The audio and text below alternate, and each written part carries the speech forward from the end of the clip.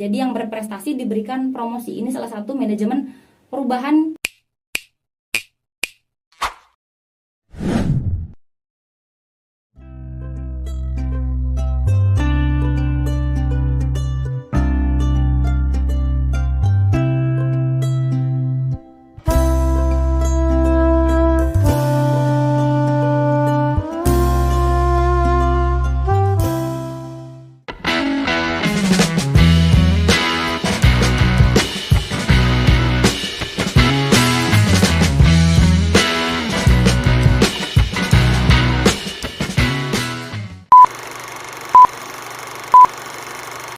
Assalamualaikum warahmatullahi wabarakatuh. Terima kasih karena kalian sudah klik video ini. Selamat datang di channel aku. Salam kenal, aku Lili Hernawati.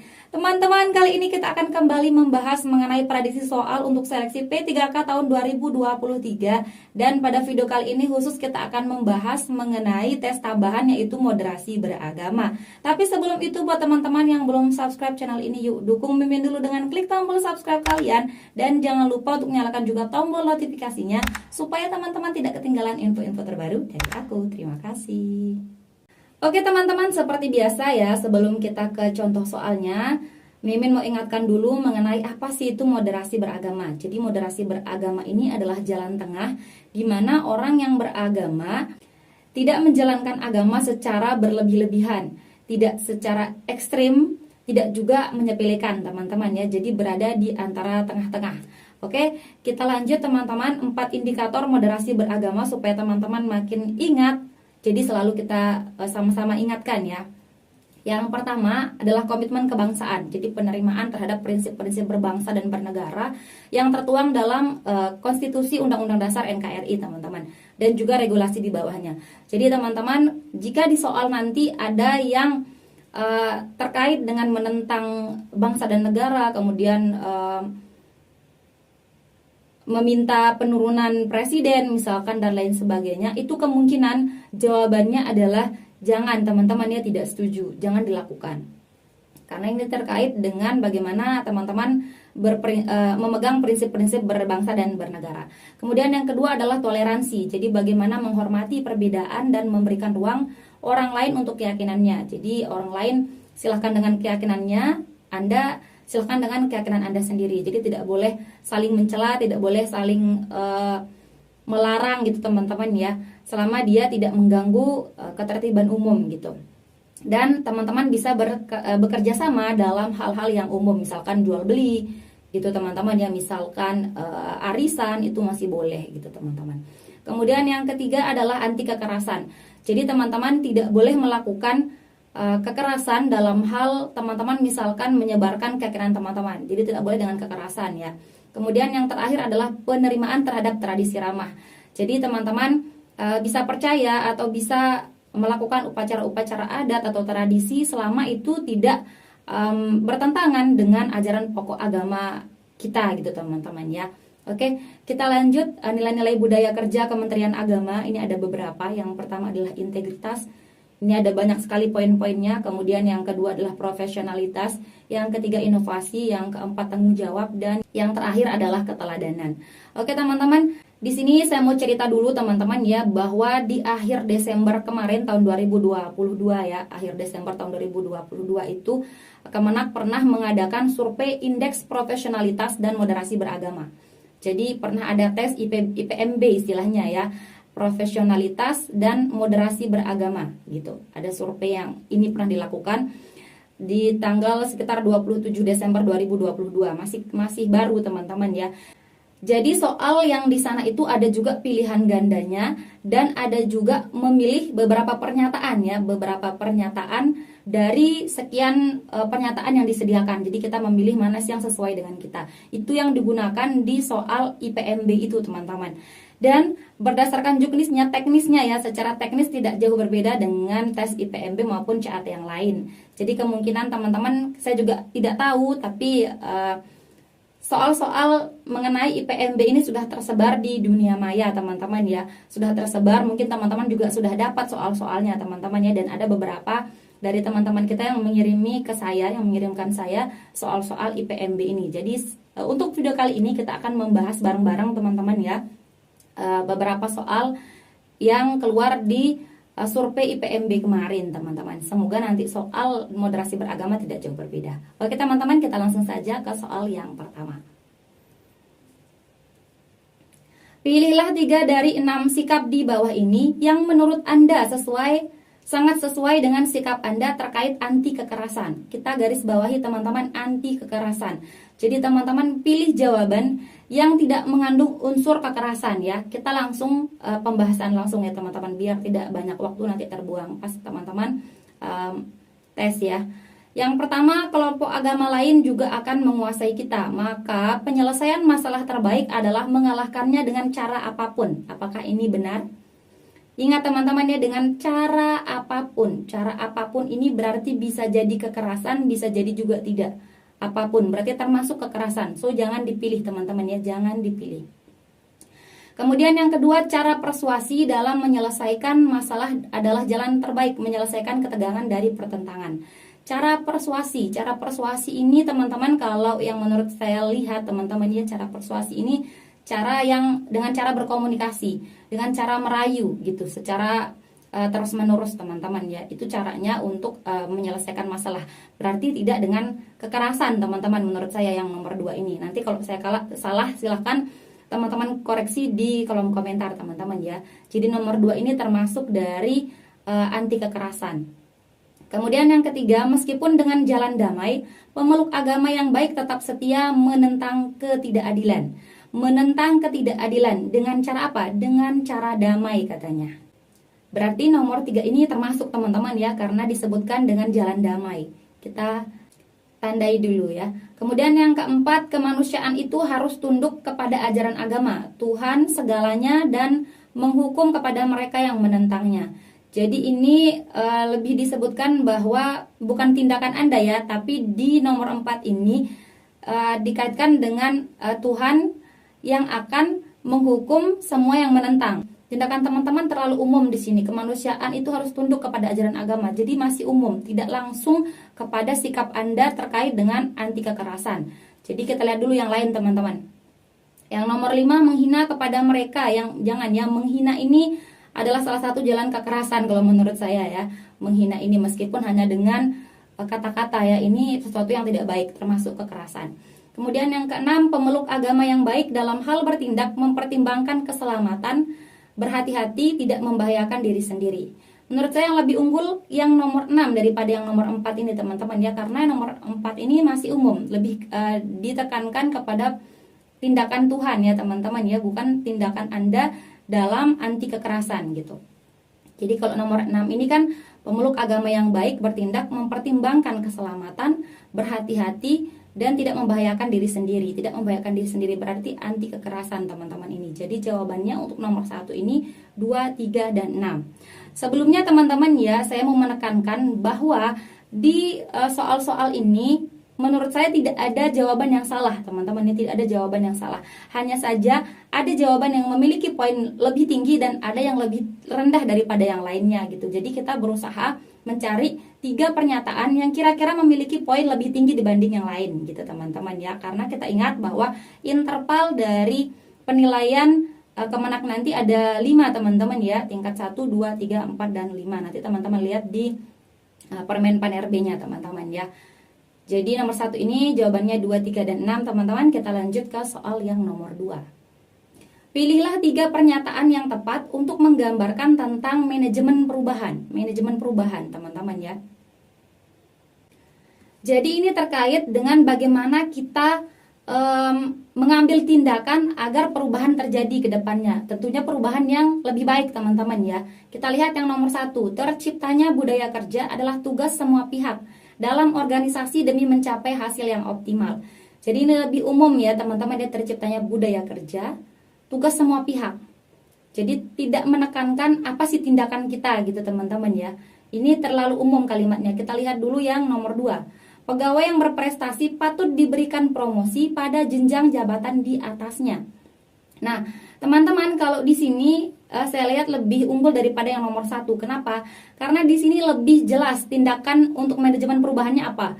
Kayak ini ya, diberikan promosi. Jadi yang berprestasi diberikan promosi. Ini salah satu manajemen perubahan yang diinginkan teman-teman ya, yang baik. Jadi kita centang dulu nomor 2. Yang nomor 3, setiap tindakan kecurangan akan menerima sanksi. Jadi kalau ada orang yang curang akan menerima sanksi. Kalau dia berprestasi akan diberikan promosi, kalau dia melakukan kecurangan akan diberikan sanksi. Ini adalah salah satu tindakan-tindakan untuk mendapatkan perubahan yang lebih baik teman-teman ya. Jadi ini juga termasuk teman-teman. Kemudian yang keempat, fasilitas memadai meningkatkan kinerja pegawai. Ini hanya pernyataan secara umum teman-teman ya. Kalau fasilitasnya memadai maka bisa jadi itu meningkatkan kinerja pegawai. Bisa jadi teman-teman ya, ada peluang. Kemudian yang kelima, pimpinan saya berkomitmen terhadap perubahan organisasi mengacu pada perkembangan dunia serta orientasi masa depan. Di sini pimpinan berkomitmen terhadap perubahan organisasi mengacu pada perkembangan dunia. Jadi setiap perubahan yang dilakukan oleh pimpinan maupun organisasi itu harus mengacu pada perkembangan dunia gitu, serta orientasi masa depan. Jadi dia tidak ketinggalan zaman teman-teman ya. Jadi ini termasuk dari manajemen perubahan yang nomor 5. Kemudian yang nomor 6, pegawai di lingkungan saya setuju untuk mengubah pola pikir organisasi birokrasi menjadi melayani. Jadi di sini berarti secara tidak langsung di lingkungan kerjanya itu terjadi adanya pola pikir organisasi birokrasi teman-teman, secara tidak langsung di jawaban nomor 6 ini. Jadi menurut saya yang lebih unggul poin-poinnya di nomor 2 ini adalah nomor 2, kemudian nomor 3 dan nomor 5 teman-teman ya. Oke, kita boleh beda pendapat teman-teman. Kita lanjut ke soal yang nomor 3. Pilihlah 3 dari 6 sikap di bawah ini yang menurut Anda sangat sesuai dengan sikap Anda terkait komitmen toleransi. Kita tandai teman-teman ya, toleransi, bertoleransi, memberikan orang lain ruang untuk menjalankan keyakinannya gitu teman-teman ya, dan kita dengan keyakinan kita sendiri gitu ya, dan bisa bekerja sama dalam hal-hal yang umum yang bisa diterima oleh masyarakat umum gitu ya, tidak ada pertentangan gitu. Seperti jual beli ya, diingat teman-teman, itu toleransi. Kita langsung yang pertama. Pengaruh buruk itu bisa dari pertemanan. Demi menjaga nilai agama pada anak saya, sebaiknya pertemanan seagama saja. Nah, ini sudah tidak bertoleransi ya, berteman seagama saja. Hindari campur pemeluk agama yang berbeda. Ini tidak bertoleransi terhadap orang yang berbeda agama, karena dia mau anaknya bergaul hanya dengan teman seagama. Itu tidak bertoleransi, teman-teman. Kemudian yang nomor 2, hidup bertetangga dengan warga hanya seagama itu menenangkan hati dan menjamin ketertiban lingkungan. Mungkin benar teman-teman ya, mungkin benar secara nyata. Tapi dalam kalimat ini tidak bertoleransi dengan orang lain ya, dengan agama orang lain. Dengan orang lain yang berbeda agama. Jadi dia tidak mau berteman, tidak mau bertetangga dengan orang yang berbeda agama ya. Tidak mau bertetangga dengan orang yang berbeda agama ya. Jadi ini tidak bertoleransi, kita eliminasi. Kemudian yang ketiga, kondisi di lingkungan kami sudah tertib, damai, tidak ada konflik karena homogen. Karena homogen, sebaiknya rumah ibadat agama lain didirikan di luar wilayah kami. Berarti ini dia juga menentang adanya orang-orang di sekitar dia yang berbeda agama, gitu teman-teman ya, dalam kalimat ini. So ini juga bukan jawabannya. Sisanya 456, jadi jawabannya 456 teman-teman. Tapi kita cek dulu ya. Saya tidak keberatan penganut agama lain melakukan perayaan keagamaan di desa atau kelurahan tempat tinggal saya. Ini berarti dia bertoleransi, mau menerima orang meskipun dia merayakan keagamaannya gitu teman-teman ya, di desa atau kelurahan tempat tinggal Anda ya teman-teman ya. Mungkin di tempat tinggal Anda ada orang yang menganut agama lain, jadi Anda tidak boleh keberatan, biarkan dia menjalankan agamanya dan Anda menjalankan agama Anda gitu teman-teman. Kemudian yang kelima, setiap warga negara memiliki hak untuk mendapatkan pekerjaan yang layak, apapun agamanya. Benar ya, apapun agamanya, dia berhak untuk mendapatkan pekerjaan yang layak. Jadi nomor 5 ini termasuk ya. Kemudian yang nomor 6, ketika warga berbeda agama di lingkungan saya menyiapkan perayaan hari besar agama mereka, saya selalu berupaya memberikan bantuan. Ini adalah sesuatu yang baik ya teman-teman ya. Jadi jawabannya 4, 5, 6 untuk yang nomor 3 ini. Oke, kita lanjut ke soal yang nomor 4. Pilihlah 3 dari 6 sikap di bawah ini yang menurut Anda sangat sesuai dengan sikap Anda terkait penghormatan terhadap budaya. Assalamualaikum teman-teman. Buat teman-teman yang mau ikut seleksi PPPK Kementerian Agama, aku mau rekomendasikan e-book prediksi soal moderasi beragama nih. Soalnya aku susun dengan dua format, yaitu pilihan ganda dan pilihan sikap dari beberapa pernyataan berdasarkan 5 tingkat bobot penilaian dari Kemenak. E-book ini terdiri dari prediksi soal yang aplikatif yang disusun berdasarkan buku moderasi beragama yang diterbitkan oleh Kementerian Agama dan referensi lainnya. Tentunya dilengkapi dengan kunci jawaban dan pembahasan yang terperinci. Yuk segera diorder. Terima kasih. Kita lihat ya, penghormatan terhadap budaya. Ingat ya, kita langsung saja. Yang pertama, saya ingin upacara adat diganti dengan upacara keagamaan. Berarti ini tidak menghormati, tidak ada penghormatan terhadap budaya ya. Upacara adat mau diganti dengan upacara keagamaan. Berarti tidak ada lagi upacara adat. Kita langsung eliminasi ya. Kemudian yang kedua, saya tetap berusaha hadir ketika ada pertunjukan seni daerah sebagai bagian dari anggota masyarakat. Ini adalah penghormatan terhadap budaya ya, hadir pada pertunjukan seni daerah. Kita pilih yang nomor 2 ya. Kemudian kita akan lanjut ke ke poin 3. Sebagai umat beragama, saya setuju bahwa beberapa upacara adat mengandung kemusyrikan hingga perlu dibubarkan. Apapun keyakinan teman-teman ya, meskipun Anda setuju bahwa adat mengandung kemusyrikan misalkan secara nyata, tapi dalam hal menjawab soal ini ya, berarti budaya harus dibubarkan, ini sesuatu yang tidak sesuai dengan pernyataan soal ya, penghormatan terhadap budaya. Sehingga budaya, beberapa upacara adat ini perlu dibubarkan katanya. Ini kita eliminasi saja teman-teman ya, karena dia tidak pro terhadap budaya.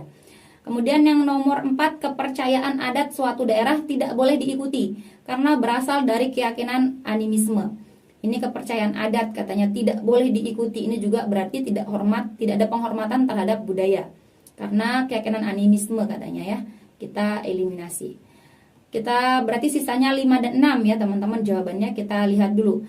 Hanya norma agama yang harus dipatuhi sebab berasal dari Tuhan, sementara norma adat tidak harus diikuti sebab berasal dari manusia.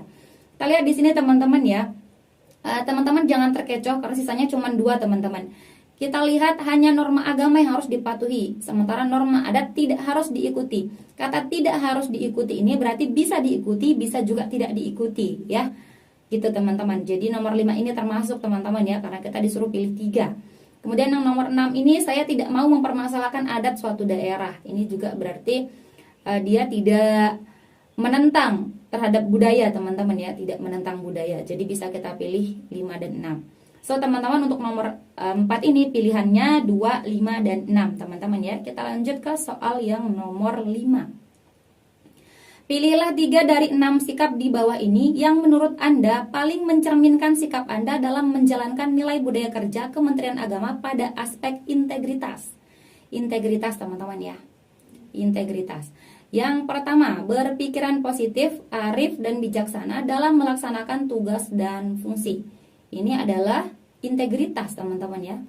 Integritas. Kemudian yang kedua, menyelesaikan pekerjaan dengan baik dan tepat waktu. Nah, di sini teman-teman, saya ralat jawaban-jawaban yang sebelumnya teman-teman ya. Saya mohon maaf, mumpung teman-teman belum tes, di sini bisa kita perbaiki. Jadi kemarin ada yang mengirimkan saya mengenai juknis teman-teman ya. Kita lihat dulu, bukan juknis ya. Kita lihat dulu sebentar. Kode etik dan kode perilaku pegawai aparatur sipil negara Kementerian Agama. Nanti teman-teman bisa download ya, Peraturan Menteri Agama Republik Indonesia nomor 12 tahun 2019 teman-teman. Nah, di sini disebutkan ada beberapa hal yang terkait nilai-nilai dasar ya untuk teman-teman ASN Kemenak teman-teman ya. Di sini ada juga nilai profesionalitas ya. Nah, ini dia teman-teman ya, di pasal 8 halaman 6 teman-teman, kode etik dan kode perilaku nilai profesionalitas ya. Ada di poin pertama, memiliki komitmen kuat terhadap tugasnya serta berupaya menyelesaikan pekerjaan dengan baik dan tepat waktu. Jadi di sini ada poinnya menyelesaikan pekerjaan dengan baik dan tepat waktu.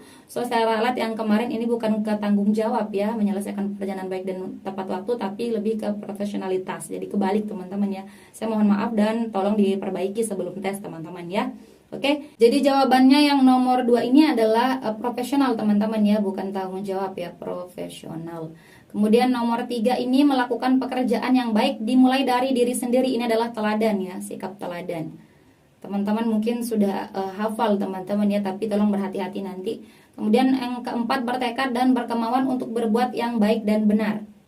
Ini juga termasuk integritas teman-teman ya. Jadi nomor 4 juga termasuk integritas. Kita lingkari 1, kemudian 4.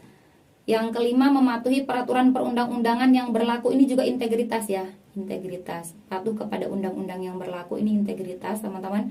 Jadi jawabannya 1, 4, 5 ya. Sementara yang nomor 6 ini adalah teladan, berakhlak terpuji. Itu teman-teman ya, jawaban nomor 5 ini 1, 4, dan 5. Kita lanjut ke soal yang nomor 6.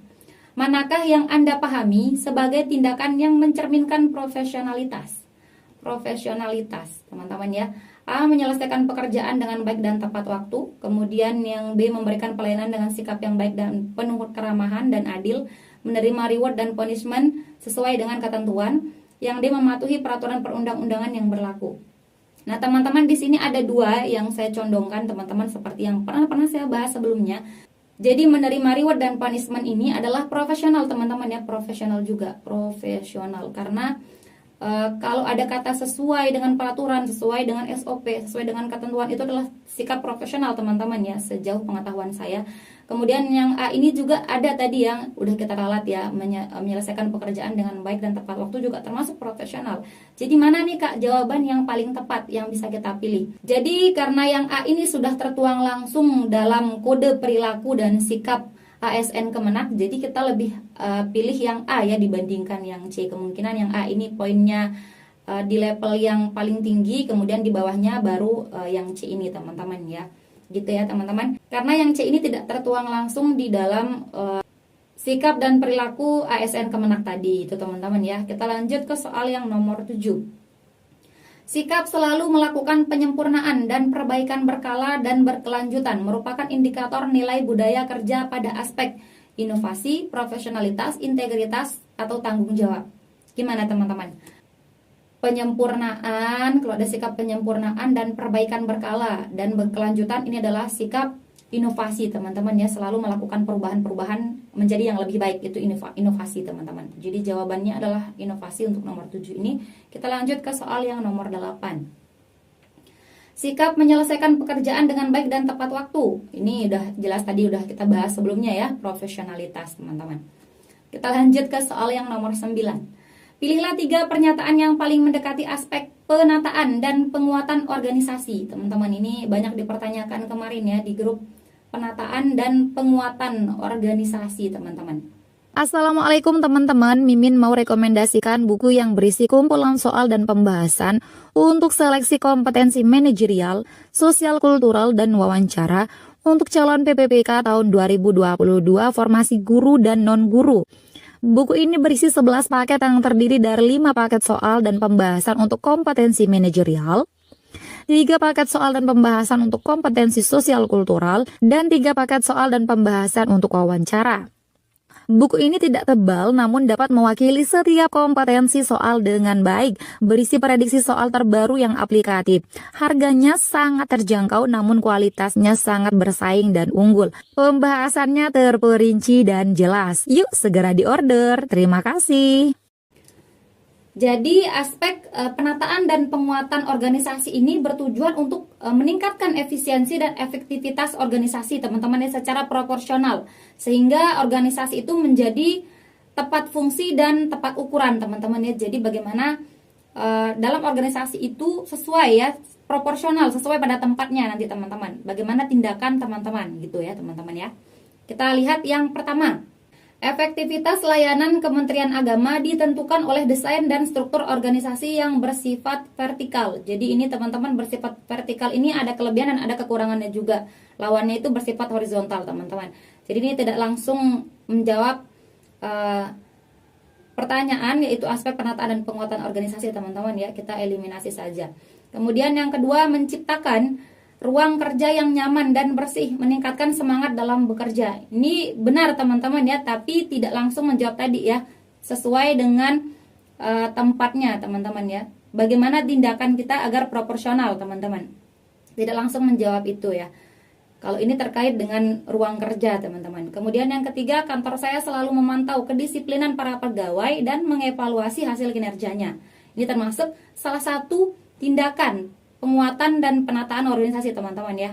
Salah satu tindakan agar semuanya proporsional pada tempatnya, teman-teman ya. Jadi nomor 3 ini termasuk ya, tindakan memantau kedisiplinan dan melakukan evaluasi ini termasuk dari aspek penataan dan penguatan organisasi. Kemudian yang keempat, pegawai yang baik adalah mereka yang mengerjakan semua pekerjaan di kantor dan mampu menyelesaikan tugas sendiri. Apakah ini termasuk, teman-teman? Kita lihat ya. Jadi mengerjakan semua pekerjaan di kantor dan mampu menyelesaikan tugas sendiri. Ini adalah salah satu menurut saya ya aspek penataan dan penguatan organisasi. Jadi seseorang itu bertindak sesuai dengan seharusnya, teman-teman ya. Jadi kalau pekerjaannya, maka dia harus bisa menyelesaikan tugasnya sendiri gitu. Harus bisa menyelesaikan di kantor kalau bisa, teman-teman ya, karena porsi pekerjaan seseorang itu harus sesuai dengan waktu yang diberikan. Jadi kalau misalkan ini pekerjaannya A, B, C, D, E, maka harus diselesaikan dalam satu hari itu gitu, dalam satu waktu kerja. Jadi kalau dia masuk jam 7 pulang jam 5, maka semua pekerjaan A, B, C, D, E untuk dia itu harus selesai di kantor gitu seharusnya ya. Itu namanya proporsional, teman-teman ya. Harus selesai di kantor dan menyelesaikan tugas sendiri. Itu proporsional, teman-teman. Kita lihat yang nomor 5, penghapusan eselon 3 dan 4 merupakan bagian dari optimalisasi sumber daya secara fungsional proporsional berdasarkan kebutuhan. Ini ada kalimat proporsional berdasarkan kebutuhan, teman-teman. Kita cek dulu yang 6 ya. Kementerian Agama sedang mengusulkan jabatan fungsional baru pengembang perbukuan. Ini hanya pernyataan aja, teman-teman ya, mengusulkan jabatan fungsional baru. Apakah ini dibutuhkan, teman-teman, dalam penataan dan penguatan organisasi?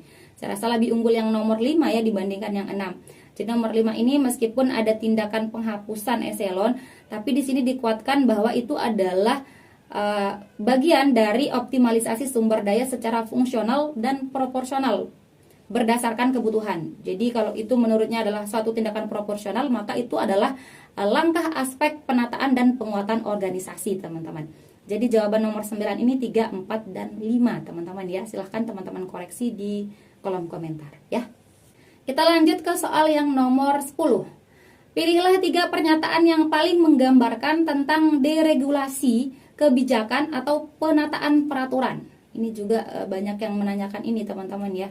Deregulasi kebijakan dan penataan peraturan. Jadi deregulasi kebijakan itu bertujuan untuk menyederhanakan regulasi dan menghapus kebijakan yang sifatnya menghambat, teman-teman ya. Gitu, teman-teman. Nah, mana dia di antaranya? Yang pertama kita lihat petugas yang ramah dan inovatif di meja layanan PTSP kantor Kementerian Agama menunjukkan orientasi layanan prima. Ini tidak berkaitan langsung dengan deregulasi kebijakan, teman-teman ya. Ingat, deregulasi itu adalah menyederhanakan regulasi, teman-teman ya, dan menghapus kebijakan-kebijakan yang bersifat menghambat. Diingat, teman-teman, itulah deregulasi. Jadi ini tidak berkaitan langsung. Kemudian yang kedua, motivasi dalam bekerja akan terbangun jika keperluan pegawai semakin meninggi dan organisasi memberikan peluang pendapatan yang sepadan. Ini juga tidak menjawab dari pernyataan nomor 10 ya, deregulasi kebijakan.